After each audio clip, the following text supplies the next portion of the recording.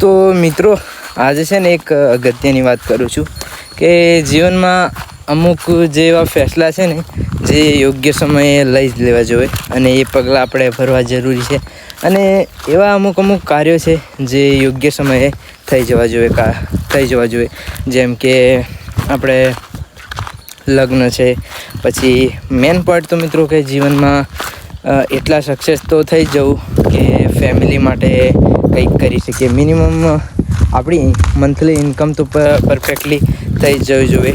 તો એવું કંઈક તો એટલું તો આપણામાં એટલી તો તાકાત આવી જવી જોઈએ કે મિત્રો હું મહિનાના 20 કે 25,000 તો આરામથી કમાઈ લઈશ. તો મિત્રો એ પછી લગ્ન અને બધાથી વધારે જીવનમાં મહત્ત્વ છે તો ભણતરનું મિત્રો. તો આ બધું જીવનમાં મોસ્ટ ઓમ્પલી જરૂરી છે અને ફરવું પણ જરૂરી છે મિત્રો. અને હાલ આધુનિક સમયમાં તો બધાથી વધારે પૈસા કિંમતી થઈ ગયા છે તો કંઈ કહેવાય એમ છે નહીં.